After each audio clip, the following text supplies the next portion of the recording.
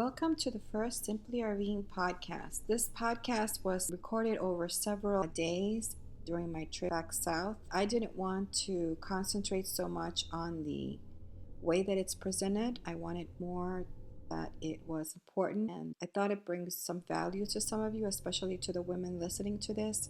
So please stand by and listen to my first and only podcast. And you're traveling initially with a partner and you both have two rigs. It's great because, if some person decides to sleep later or not follow through with the plans originated, it's easy because you can tell the person, well, I'm heading off that way and I'll meet you over there. And that's fine in the beginning when you're getting to know somebody. Problem that occurs with that is once you downsize to one rig, these are problems that you're going to have to face about this person. Some people like to live off the seat of their pants. They don't plan anything and they just do whatever whim that they feel like it, especially if they work online and they don't have any commitments. And if you're a person that works also and has commitments, perhaps it's family commitments or commitments of work, commitments of an aging parent, any kind of commitment, the other person might not understand you or realize that you have these commitments that you have to handle. And what they're going to want to do is live by the seat of their pants. And unfortunately, you can't do that because you have commitments. You have to be either in a certain place at a certain time, or you have to make certain phone calls at a certain time. And, you want to be in the Wi-Fi and research some stuff or take care of stuff for your kids or whatever. You have to be careful because that's your family. And the problem with that is these people, they don't have commitments and they don't feel for you on that level. They're not committed like you are to what you have to do. So that's one of the problems. So remember that these are problems that you have to resolve before you move into an RV or settle with this person. Some people, they don't like planning anything. They don't have a future. It's fun to kind of live off the seat of your pants with a traveler and stuff. After a while, this may get really tiresome for you, and you're going to have to deal with that. That kind of a person, if you don't put them in their tracks in the beginning and stop that foolishness, you can do it one or two times, but at some point, you have to stop moving this line of sand, and you have to say, no, I got to get this done today. We can meet up later or whatever. You need to give yourself importance and just tell the person, you know what, you have your rig and I have mine. We'll meet up later. We'll see each other later. If they like you that much, they'll come and they'll hang out with you. If not, you know what, then leave them behind because it wasn't worth it. It wasn't worth it at all. Ask them, what are your goals? What do you aspire? What are your things? If there's a guy or a girl that's not aspiring to anything in life and all they do is live in an RV or a van, winging it every single day, and you're the kind of person who has goals, has dreams, has plans, that could be a big problem for you because you're always going to be at the mercy of a person who lives their life on a whim. And you could sit there the night before and make plans. Well, I'm going to do this and I'm going to do that. And then that person wakes up in the morning and says, oh, I feel like doing this today. What do you think? And yeah, it's really enticing to say, you know what, I'm going to change my plans today. I'll just do that tomorrow, or I'll stay up later and do that. The problem with that some of us, like me, like to be in bed by a certain time. I don't mind doing a couple of days here and there, whatever, late night. But on average, I do like to get my sleep. I think my sleep is very important to me, to my health. And these people, they don't mind being up late at night, and they don't mind waking you up. They come in the room. So keep that in mind if you're dealing with a person and you're driving in two separate vehicles. Is this person the kind of person that stays up at night watching movies, going out with their dog, taking hikes, and then they come back into the rig? Remember that if you're going to be moving in with them, they are going to be with you. They're either coming back into your bed or they're coming back into the rig, and they're going to make noise and they're going to wake you up. And if you're the kind of person that has commitments in the morning and got to get up at a certain time, they don't care. They're going to do what they want to do. Some people do projects, and there are projects that have to be done. and they talk about it, and there's planned to be done at a certain time, and the person who says we're going to do the project, they're going to do the project, you left them in charge of the project, but they don't do any research on the project. So, and if you're the one that's paying for the project, you're going to pay more for the project because they're going to go out and buy the first thing that they see, and then they're going to start the project. So the problem is that maybe you're going to do a project, and now you're going to do, let's say you're going to paint or something. Watch the sales. And paints are reduced $10 per gallon. Let's get them now, because then we can do the project next month, or we can do it a little bit earlier because it's on sale. So remember, if you're going to do something to your rig and the other person is going to do it for you, remember, you also have to take into consideration that, you're paying for this stuff, and you want to make sure that it's done correctly. So sometimes you have to do your own research to make things that the right things are getting done and the right things are being purchased.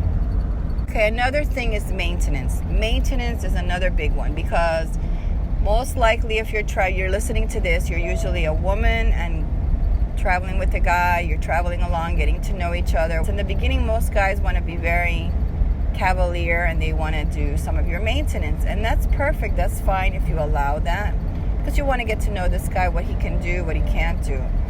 But at the same time, realize that you're still in charge of your van or your RV or whatever it is, and that's your home. And whatever it is that they're doing, you need to know what they're doing. And if they don't understand why you're asking questions or you're double checking to make sure that things are getting done right, then that's the problem. You want to make sure that you do all your maintenance and you know what's right. And you don't listen to somebody else who says this, or that. You confirm it and make sure that it's right. Because ultimately, you can break up tomorrow, and then you're still on the road with a problem. So make sure you understand that. And make sure that you understand that it's your responsibility and you don't leave it to them, because that's another thing. Some people might take advantage of the other person and say, well, they did it for me a couple of times, now they're going to do it for me all the time, and just assume that they're going to be doing it for you all the time. No, it's your RV, it's your van. You need to be in charge of it. You need to get yourself up and you need to get it done. And if the other person offers you to help you with the service or help you with some maintenance, that's wonderful. If not, then you need to make plans to get yourself into a mechanic and get it done. And don't listen to somebody who says, it's okay, we can probably do another 50 miles on that. Listen to your soul, listen to your spirit, what it tells you inside. If you know better, if you're a person that's more on the safe side, then you need to let that person know. There's nothing wrong with you letting that person know. Listen, I understand, that's great. I mean, you do things your way, but I am the kind of person that I like to make sure, double check, make sure everything is good. So I'm going to head on over to the mechanic. And these are things that you have to discuss, because when you buy an RV together, you're both pulling your money together, and your repairs are going to be more if you listen to a fool who tells you over and over and over this, and you keep having breakdowns or whatever. So it's important to understand that. Okay, let's talk about food. Food is another big topic that's a problem, because some people don't eat the same things that you eat, and you might be a person of salads and healthier foods, and then other people are bringing into your life unhealthy foods. And the problem is when you move the line of the sand, that's when the problem has it. When you start moving it a little bit, okay, we'll do this today, or it's really enticing, but the other person is not supporting you and understanding that you don't really want to eat a lot of fattening things. You don't want to be going out a lot. And that could be a problem for you, because you are going to move the line in the sand, and you're going to be doing those kind of things. So you have to be really careful with that. And now that you have your own separate RV, you can carry in there what you want. But the problem comes in when you're not resolved these problems before you move into RV. It's going to be a problem. Okay, the next one is pets. Pets is another one, because you have responsibilities for your pets. That means, like for me, if somebody's coming in my RV, make sure that screen door is locked. It's of the most important thing for me that screen door gets locked, because if that screen door is left open, my cat is going to get out, and I'm going to lose my loved one because of somebody's negligence. So it's like entrusting your kids with a fool. So make sure that you trust the person that you're with, that they understand how important it is, whatever it is that has to do with your pets. My pets need to go out 2 or 3 times a day. You need to make them known that you need to get out in the morning, they have to go out at night, whatever it is, you need to take care of your pets because they're your animals and you're sticking with them. And this other person, you don't know if you're going to be with them. So if their pets are hurting your pets, if your pets are not getting along, you're going to have to consider what that means to you in the future if you decide to get together and get one rig, because that is going to be a problem that will break you up eventually. And not only are you going to end up breaking up over it, but now you've already lost your pet because you were a fool in the first place. So that's something that we have to look at. Make sure that you know the rest requirement for the person you're traveling with. Some people like to travel many hours in one day, and then they take a day or 2 days off. You need to know that about the person, because if you are opposed to something like that, this is why you have to try this before you decide to settle in with somebody. And if it bothers you, settling and compromising doesn't work. You need to find a common ground with this person. Maybe you can travel, instead of traveling 6 hours in the day, you can compromise to do 3. And maybe not all the time. Maybe you can compromise on certain times to do different things. You also need to know what kind of things that they like. Do they like to do historical things, go to museums? Maybe that's stuff that you like that they don't like. And that's fine, because if you're in the RV, you can say, you know what, we're going to hang out here. I'm going to go see these things, and you can stay in the RV, and that's fine. But don't give up the things that you love when you travel because the other person doesn't want to do those things with you. I think that's just wrong. I think you need to explore what your soul calls you to explore, and you need to go to those places. Okay, places where you travel to. This is another important one. You may not be the kind of person who likes being way out in the woods somewhere, in the dark woods, especially if you feel that you don't know this person enough to be in a situation like that.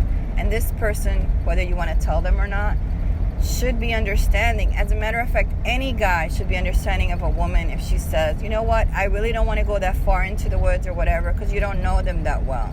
You shouldn't be doing that in the first place until you really get to know this person. And even then, you need to be letting people know where you are. And you should be researching the places as well that you go to.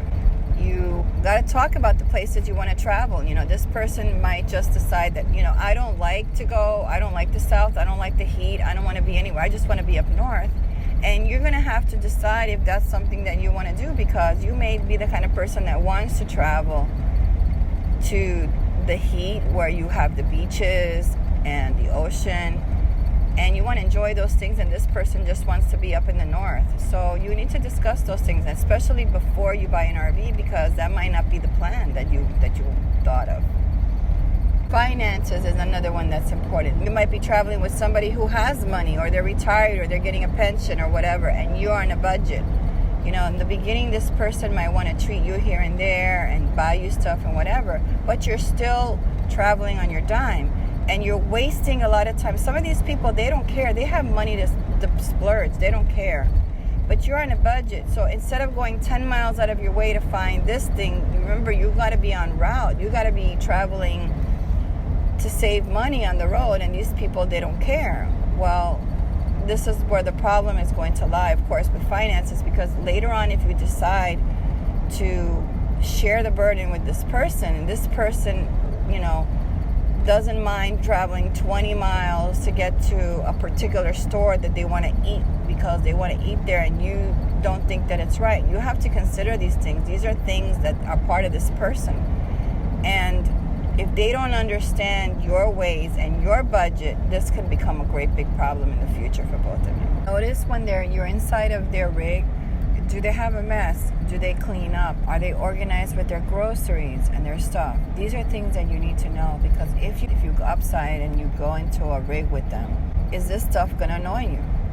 They might do it at first, clean it up, but remember, they might not do that. And that's just stuff that's going to annoy you, and you are not going to get along like that. So make sure that you know these things ahead of time and know if they're just faking it. So a lot of people do that in the beginning. They clean up. But what are they doing, like, when they think that you're not noticing or something like that?